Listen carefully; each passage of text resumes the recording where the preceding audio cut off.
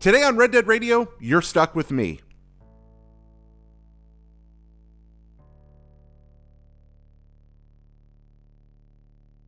Hey friends, Red Dead Radio is produced in partnership with usgamer. That's right, usgamer, who produce fantastic articles, materials, etc. about video games in general and Red Dead Redemption in particular. Go to usgamer.net or follow them on all ye old social feeds at usgamer.net. You can find this, that, and the other about the world of games, some of the best written material in all the industry. They're partners with us. We're proud to work with them.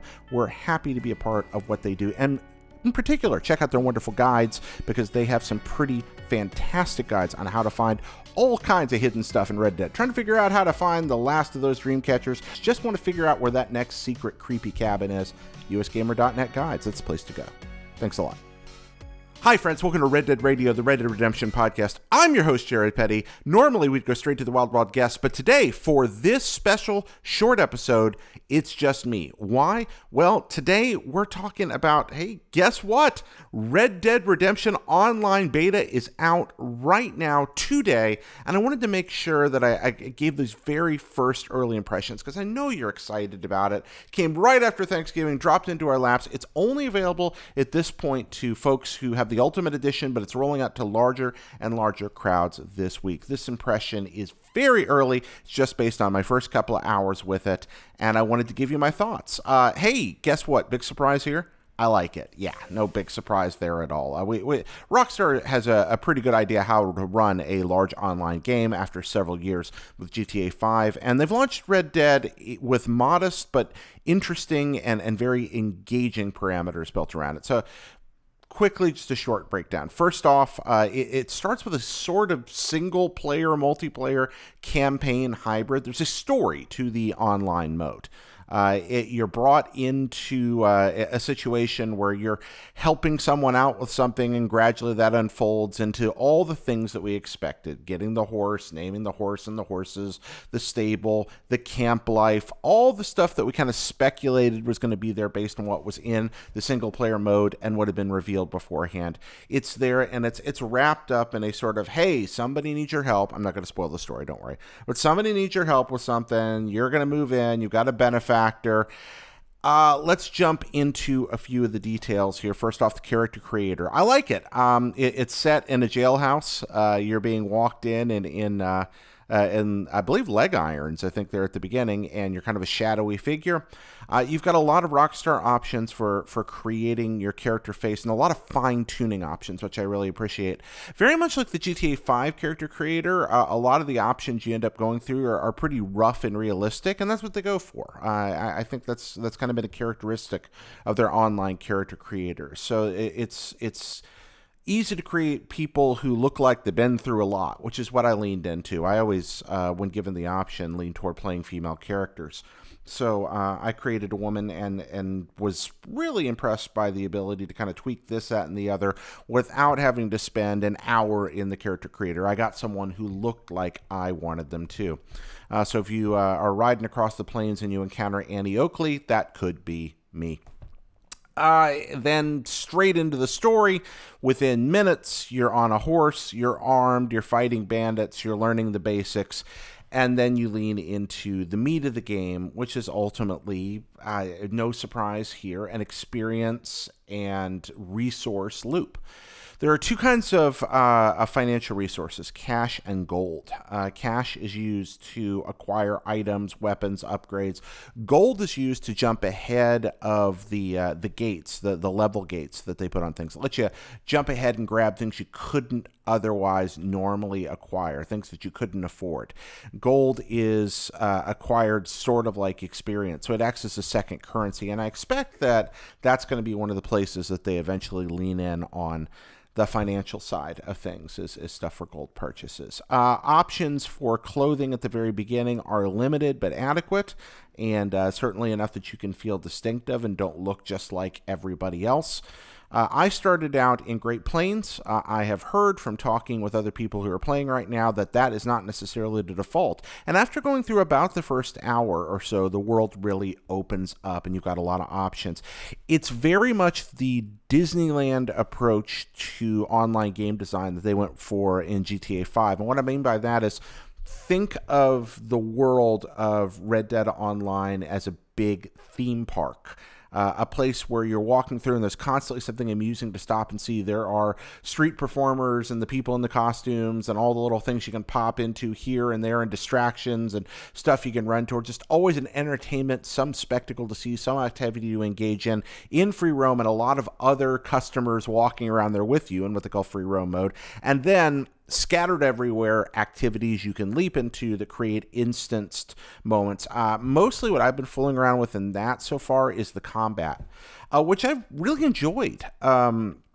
It's mostly positioning style combat. I like the fact, I hadn't thought about the fact that some of the cityscapes that were created for the game that seemed intricately detailed and underutilized perhaps in the story, except as atmospheric effect, are very well designed for deathmatch style gameplay. I probably should have observed that a little better, but you're going to pop into a crowded city area near a train stop in some place like, let's say, Saint-Denis, and suddenly you're like, oh yeah, this is a perfect place for a gunfight. Of course this is made for this, even though no gunfight occurs in the game there in particular.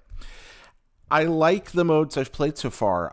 My favorite, definitely right now, is a very simple mode that awards you more points for making kills with more difficult to use weapons. So blasting somebody with a repeater is only worth 1 point. Killing them with a hatchet, on the other hand, or a knife, is 6 or 7. And that's a fun mode because everybody's experimenting and there's a lot of risk-reward proposition going on. I think the servers on my end and my connection are still definitely in beta stage. I have had some issues with lag characters in this kind of ghost a little bit. They have a good effect for it to let you know what's going on.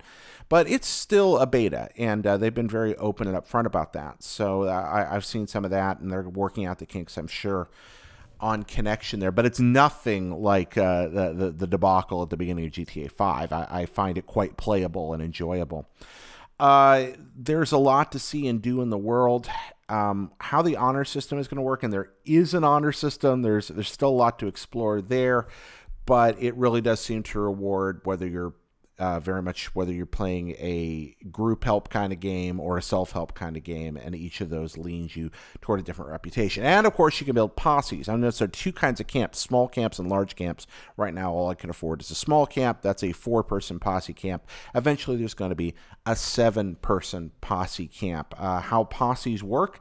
I'm not in a posse yet. We're going to see how that works. John Ryan and I were talking about getting on a posse here together. So that's what's going on in that end. I've enjoyed the online story stuff so far. There's some interesting characters popping up, and again, it's just kind of move it forward. High quality voice acting. Your protagonist is silent, at least thus far, and I'm not particularly surprised by that. They play off the silent protagonist a couple of times in jokes and inference. I enjoy that part of it quite a bit as well.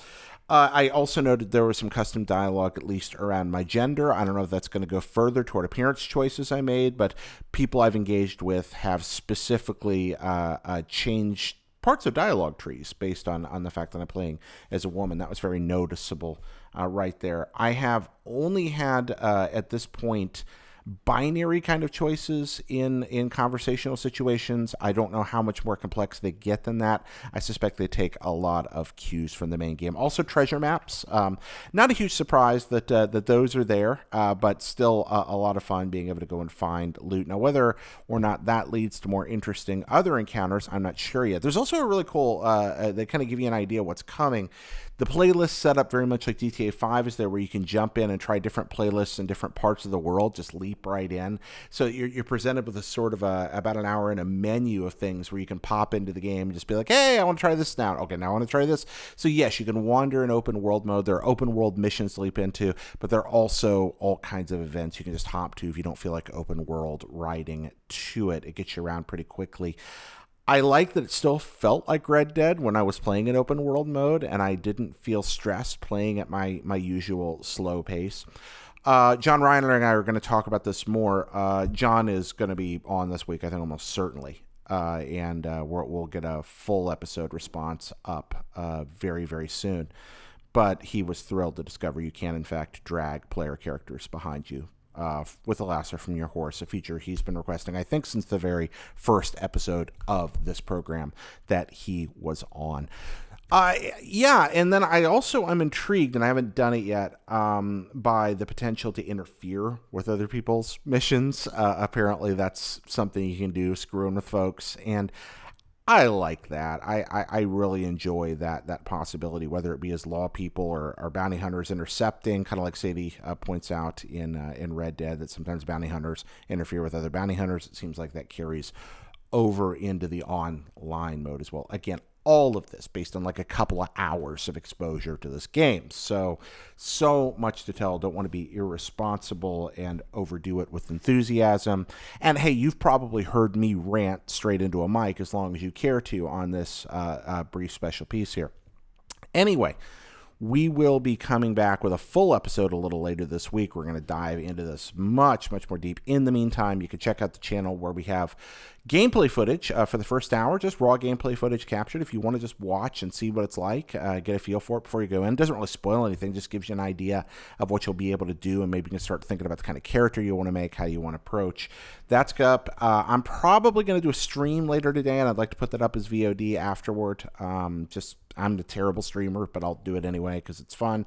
Look for a full episode later this week. Also, of course, want to thank our Patreon producers, Tom Bach, Stuart Ferguson, and Jonathan, for making this show possible. This isn't really a full episode here, but I still do want to point out that we are sponsored by Neebs Gaming, and there'll be we can tell you more about Neebs in the full episode, but the fact of the matter is Neebs does really great, really funny machinima on their YouTube channel, youtube.com/Neebs Gaming. That's Neebs. That's Neebs Gaming. They have a series called Bad Arthur, where they take the life of Arthur Morgan and proceed to mess with it in funny and silly ways. They also do the same thing for GTA 5. I can't even imagine what they're going to do with the online mode. And it's really cool because it's a curated. They use the cinematic capture of Red Dead, and then on top of that they do post-production capture and voiceover, and a very high quality product. Anyway, really a fan of Neebs. Once again, Neebs Gaming. That series is Bad Arthur, and we'll talk about them in the next episode some more as well, because they do some neat stuff. Friends, thank you for watching and listening.